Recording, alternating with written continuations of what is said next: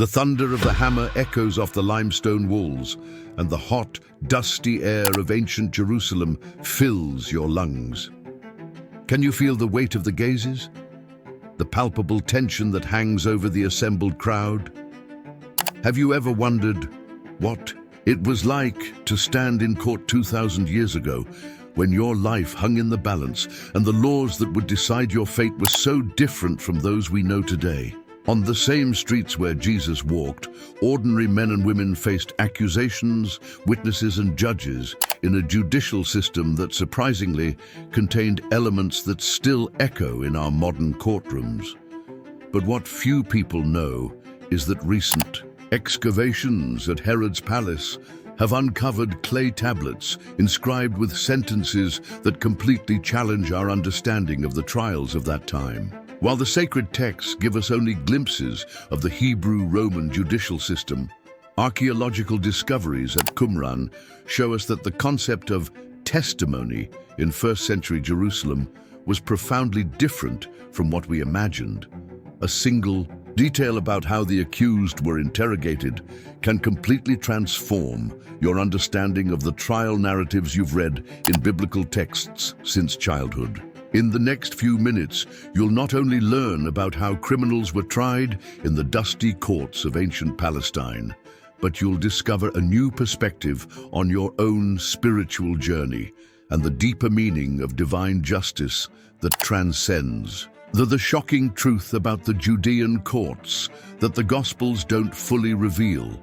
The rising sun casts elongated shadows across the Lithostrotos, the court of stone, as the first members of the Sanhedrin begin to arrive. What's about to happen here contradicts everything you've imagined about justice in Jesus' time. Few realize that the courts of first-century Judea operated under a dual system of justice that blended rigorous Jewish law with pragmatic Roman jurisprudence, a tension that created fissures that were exploited by both the powerful and the marginalized. Recent discoveries of papyrus fragments in the Judean desert revealed that, contrary to the simplified narrative we know, there were at least 7 different levels of courts, each with specific jurisdiction and distinct powers. What the Gospels only suggest, and what archaeological evidence now confirms, is that a legitimate trial required the presence of at least 23 judges for capital cases, a number rarely reached in the rushed trials we see described in the sacred texts. Even more surprising, inscriptions found in the ruins of Caiaphas' palace indicate that verdicts were to be announced only after a full day of deliberation, a rule often violated when political interests were at stake. The most shocking truth, however, lies in the role of witnesses. For each accusation, the law required 2 independent eyewitnesses who had witnessed exactly the same act at the same time and who were questioned separately for contradictions. Any discrepancy, however small, would invalidate the entire process, a judicial protection so rigorous that it made conviction virtually impossible without absolute consensus or deliberate manipulation of the system. Have you ever wondered why so many important trials took place at night or in the early hours of the morning? The answer is disturbing. The records found at Qumran reveal that trials conducted outside of daylight hours were considered illegitimate under Jewish law itself, a detail conveniently overlooked when religious and political elites needed to circumvent the legal protections established for the accused. This reality completely transforms our understanding not only of Jesus' trial, but of the entire context of justice and injustice that permeated ancient Judean society. A system of apparent legal rigor that, in practice, could be manipulated by those who understood its complexities and internal contradictions. In the next section, you will discover how this system profoundly affected not only ordinary criminals, but also the trajectory of Jesus himself, and why his trial represents both a fulfillment and a violation of the judicial traditions of the time. The ancient trial ritual that explains why Jesus' own trial defied the laws of the time. A man stands, surrounded by elders in dark robes. His hands are bound, but his gaze is steady. In the center of the semicircle, the presiding judge holds up a small blue glass vial, an object that carries a meaning that has been lost to the centuries, but which determined the fate of countless accused. When you imagine a trial in ancient Jerusalem, you probably think of a formal courtroom proceeding. The reality was far more complex and ritualistic. Recently translated manuscripts from the Library of Alexandria revealed that the traditional Hebrew trial, known as Din Torah, was not just a legal process, but a sacred ceremony that reflected the fundamental belief that earthly justice should mirror divine justice. The most striking aspect of these trials was the ritual purification that judges were required to perform before issuing a verdict in capital cases. Each member of the Sanhedrin was required to fast for 24 hours and undergo a full mikveh ritual and bath, symbolizing that they were presenting themselves clean before God before deciding the life of another human being.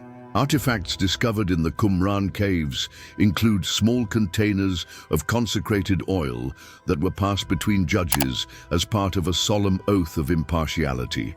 These rituals were not mere formalities. They created a psychological space where judges were constantly reminded of the gravity of their decisions. A fascinating detail: during the interrogation of the accused, judges were forbidden to speak directly to the defendant. All questions were transmitted through a meturgaman, official interpreter, even when everyone spoke the same language, creating a ritual separation between judge and judged that symbolized the separation between the divine and the human. It is precisely in this context that the trial of Jesus becomes all the more extraordinary. The Gospels describe a trial that violated virtually all of these ritual principles. It was carried out in haste at night when it was forbidden, without the necessary period of fasting and purification, and with the high priest questioning Jesus directly. These were not mere technical irregularities. They were violations of a sacred system that deeply shocked the religious sensibilities of the time. What few realize is that these ritual violations would have been immediately recognized by contemporaries who witnessed or heard about the trial. Inscriptions discovered in the homes of influential families in Jerusalem show that knowledge of proper judicial procedure was considered essential to the education of the literate classes. When early Christians reported irregularities at Jesus' trial, they were not just pointing out political injustices, but desecrations of a system believed to be divinely ordained. In our next topic, we'll explore recently unearthed archaeological evidence that reveals the physical structure of the Judean courts, and how these discoveries completely transform our understanding of the space where justice and injustice were administered during those turbulent times. Archaeological discoveries at Masada reveal how the Hebrew courts really worked. The desert wind blows sand against the ancient stones of Masada, where archaeologists have just discovered something that has remained hidden for nearly 2 millennia. A perfectly preserved courtroom that challenges everything we thought we knew about how justice worked in Jesus' time. Recent excavations at the Masada fortress, led by Tel Aviv University, have revealed an entire judicial structure that historians have identified as a local Beth Din, a smaller court that handled less serious cases. The physical layout of this space tells a fascinating story about how justice was actually administered in everyday life, far from the grand political trials of Jerusalem. The most intriguing element of this discovery is the layout of the room. A raised semicircle of stone seats where judges sat, with specific markings for each hierarchical position. In the center is a flat circular stone, known as Even Hatoen, the stone of the accused, where the defendant stood throughout the proceedings. Analysis of residues on this stone revealed traces of ash and oils used in purification rituals that preceded trials, confirming the sacred nature of these proceedings. Even more surprising was the discovery of a small adjacent chamber, sealed for nearly 2,000 years, containing clay tablets inscribed with sentences and proceedings. These tablets confirm something that scholars had only suspected. The lower courts followed a system of legal precedent where previous cases were documented and consulted to ensure consistency in decisions, a concept that we thought only emerged centuries later in Western law. The tablets also reveal a completely unexpected aspect of the Hebrew judicial system, the existence of a formal role for defenders of the accused. These individuals, known as Melitz Yosha, literally interpreters of righteousness, had the sacred responsibility of presenting arguments on behalf of the accused, even in the most serious cases.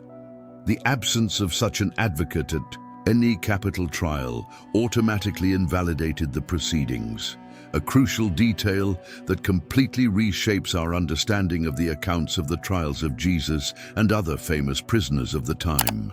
Another remarkable find was a set of small ceramic tokens bearing distinctive symbols, which judges used to secretly vote on the most controversial cases. This system of secret voting protected individual judges from reprisals for unpopular decisions, a sophisticated democratic mechanism that we would not have expected to find 2 millennia ago. Organic residue preserved in the floor of the courtroom also tells a fascinating story. Pomegranate seeds and date shells suggest that trials were often interrupted for ritual meals shared by all present, including the accused, a reminder of the shared humanity between judge and judged that stands in stark contrast to our modern notions of judicial distance. In the next section, you'll discover how these ancient judicial procedures have left a profound and often invisible mark on the modern legal systems we use today. An influence that few recognize, but that continues to shape our most fundamental understanding of what it means to seek justice. How the ancient judicial system of the Holy Land secretly influences our modern courts. Have you ever wondered why a judge bangs a gavel when pronouncing a sentence? Or why witnesses swear to tell the truth and nothing but the truth?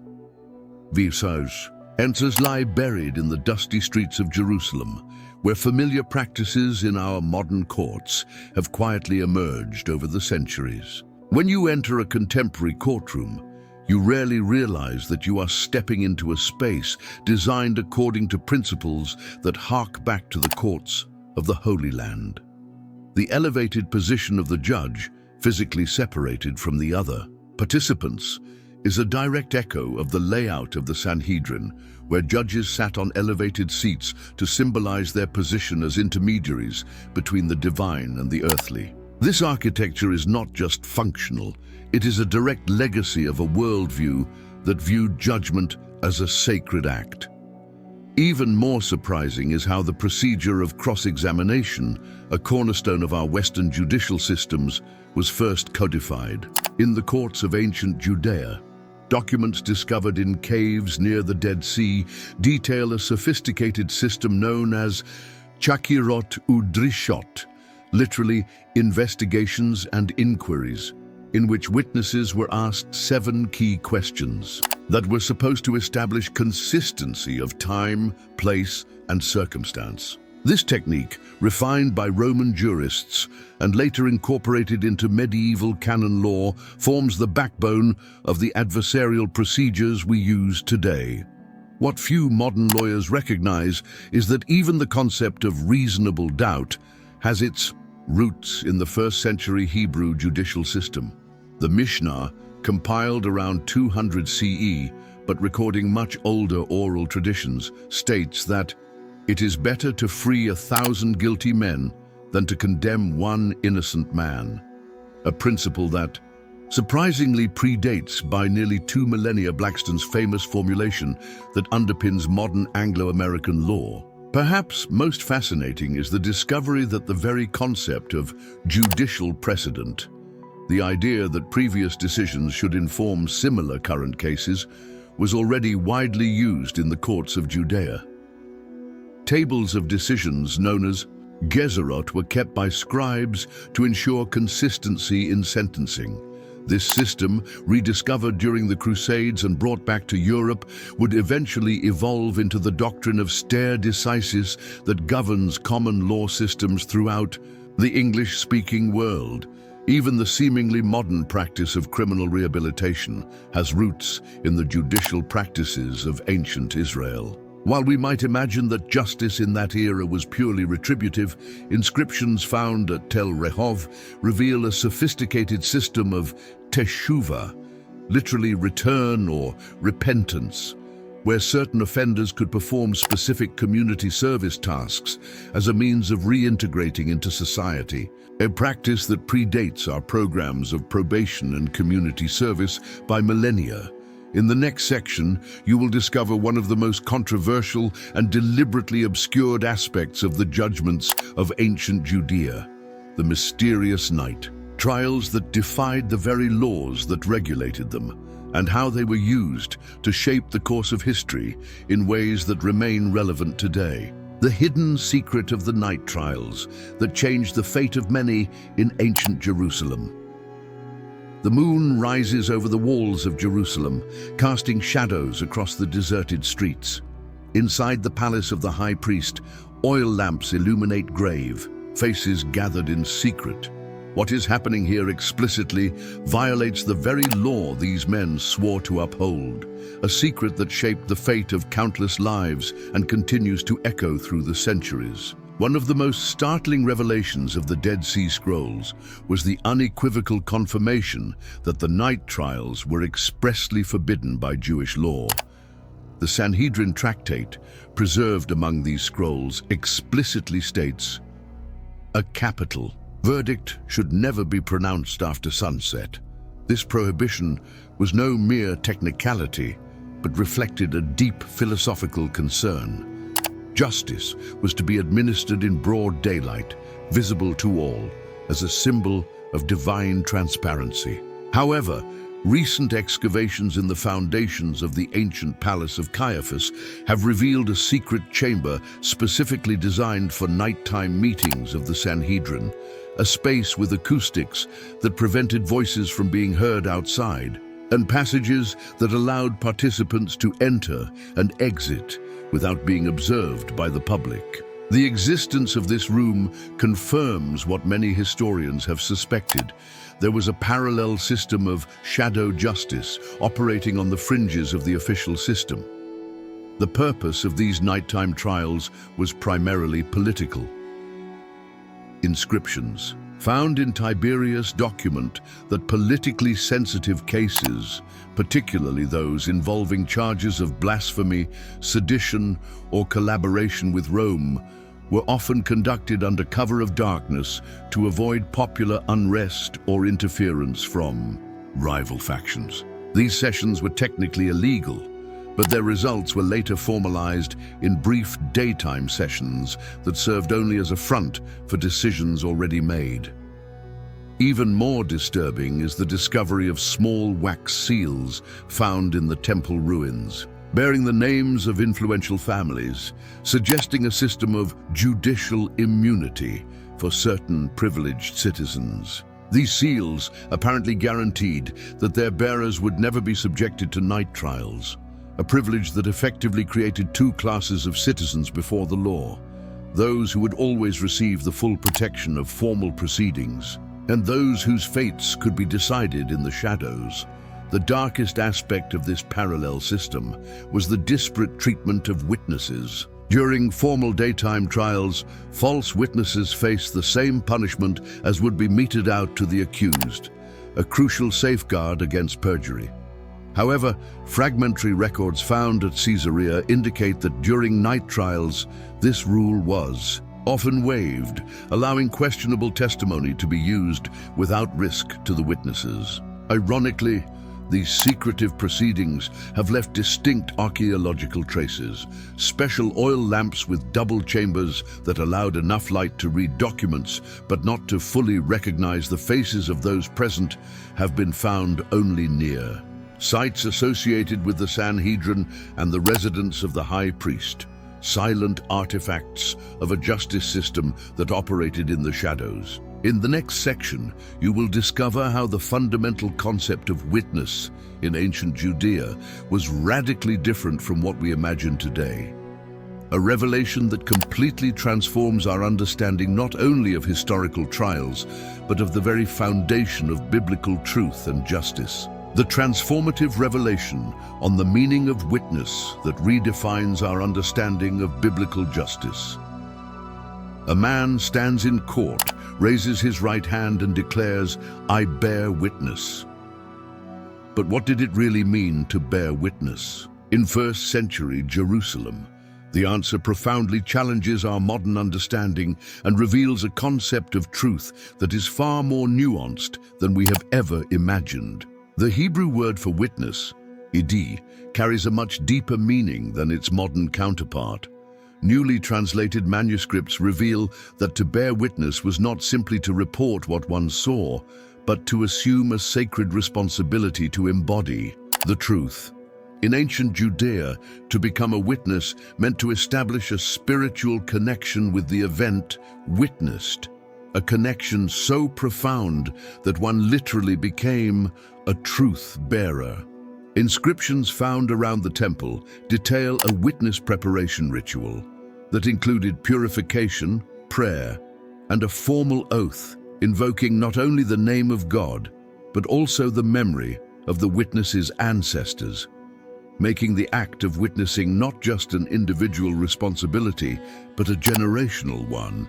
This transformative perspective explains why false witness was considered not just a lie, but a profound spiritual violation that defiled the land. The most revolutionary aspect of this concept is that the Hebrew word ed has the same etymological root as ad, eternity. Documents from the Qumran community explain this connection. A truthful witness brings an event from the past into the eternal present, making it ever present in the collective consciousness of the community. This understanding completely redefines familiar phrases like, "You will be my witnesses," not as simple reporters of events, but as living embodiments of sacred truth through time. Even more surprising is how this concept influenced the early Christians.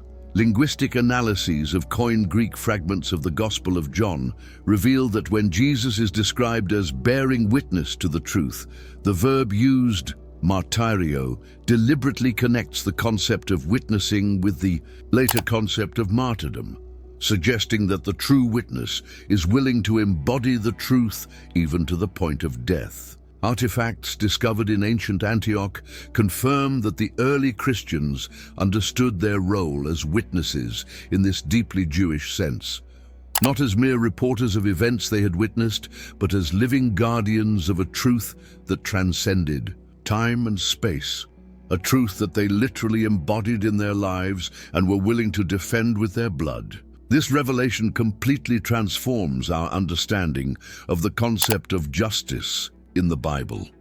When the prophets called for justice, they were not calling for an abstract set of laws, but for the restoration of a community where everyone became witnesses to the truth in their daily dealings with one another, a concept far more radical and personally demanding than our modern notion of justice as the impartial application of rules. In our final topic, we will discover how to apply this ancient wisdom to our own lives today, transforming personal conflicts and seeking a deeper justice that resonates with the original vision of that ancient dusty land.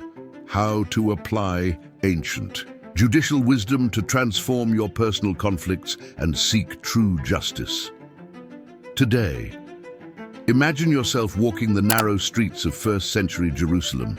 The air is thick with the aroma of spices, and the murmur of voices in Aramaic, Greek, and Hebrew fills your ears. You carry within you not only your own truth, but a sacred responsibility to your community.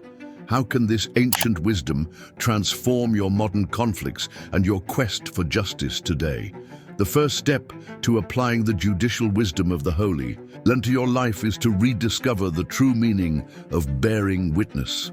When you face conflict today, you rarely think of yourself as a witness, but it is precisely this shift in perspective that can transform everything. Ancient Judean documents teach us that bearing witness is not just about reporting what you have seen or experienced, but about committing yourself to the truth in a way that transcends your own immediate interests. Practice Hesed Emet, a concept discovered in prayer fragments found at Masada that roughly translates to faithful love of truth. Before engaging in any confrontation or seeking resolution of an injustice, ancient judges would engage in a ritual of self-reflection to examine whether their motivations were aligned with the larger truth or merely with their own self-interest. Taking this contemplative pause before responding to a conflict can radically transform how you approach difficult situations.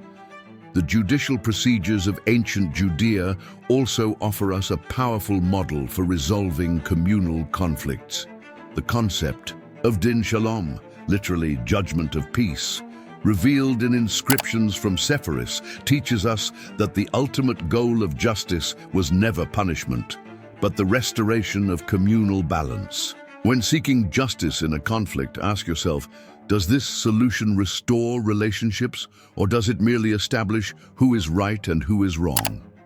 Perhaps most transformative is the concept of tzedek, justice, as it was understood in ancient Judea.